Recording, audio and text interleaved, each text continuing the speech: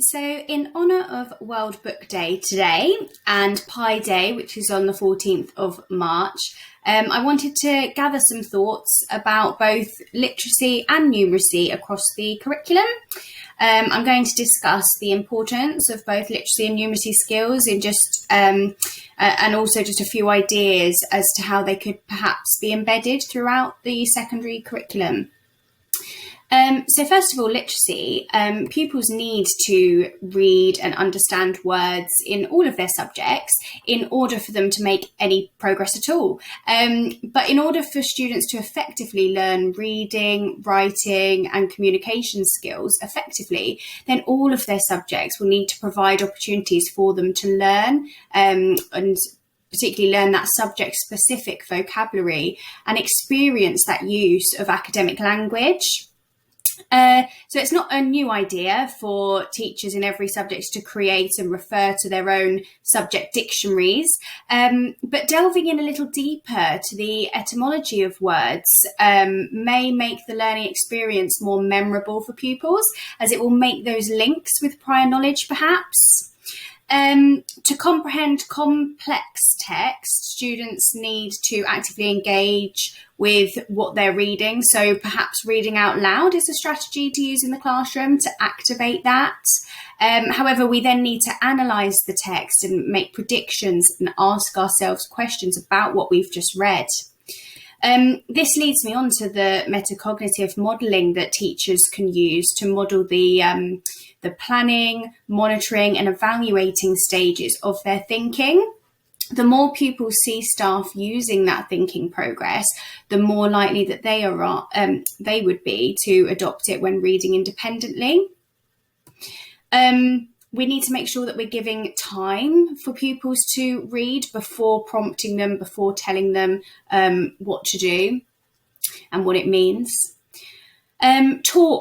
Talking tasks. Talk really matters, both in its own right and because of its impact on other aspects of learning. And teachers can support students by facilitating, high quality talk.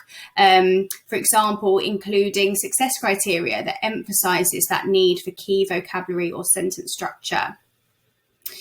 Numeracy may seem more difficult to incorporate in some subjects than others, but numeracy skills also need explicit teaching to do the best by our pupils. So many young people will go into STEM-related jobs which require a foundation of math skills to be successful.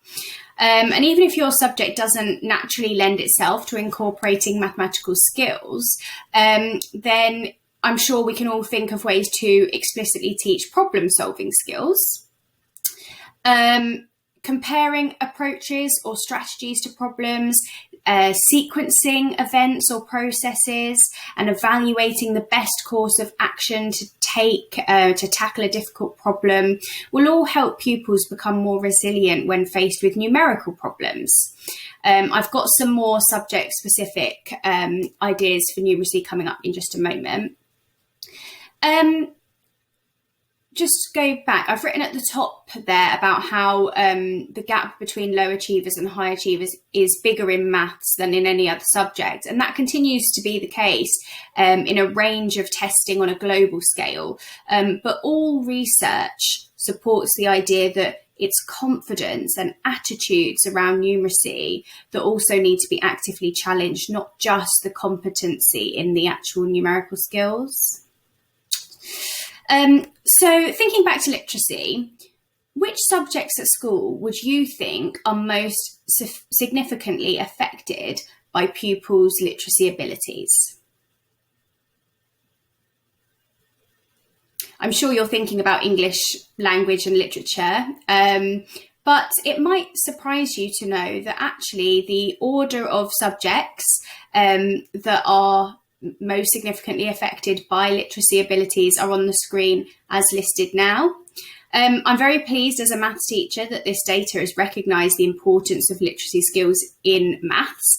It may be a surprise to some non-maths teachers, I'm not sure, but I think it just highlights the need for those literacy skills which otherwise would create such a barrier for being able to access the content in geography, maths, history, science, etc. So for example, I've taken some questions here from maths qualification. The first two are examples from functional skills papers. So this is a lower level than GCSE. Other questions that are appearing on the screen now are from foundation papers. So this is the type of text that we're expecting all secondary pupils to be able to access, which, is a significant amount of text, but potentially more text than you would have expected for a maths qualification. So they need to be able to access all of this before even beginning to apply their mathematical skills to it.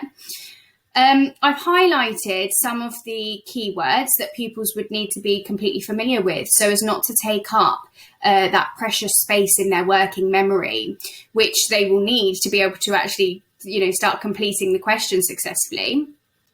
So for that to be the case, pupils will have needed to see all of these highlighted words again and again and again in their practice. So do we expose our pupils enough to these words?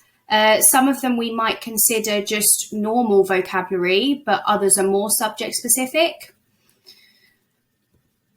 On this slide, I've just collected some of the mathematical areas I know exist in other subject areas.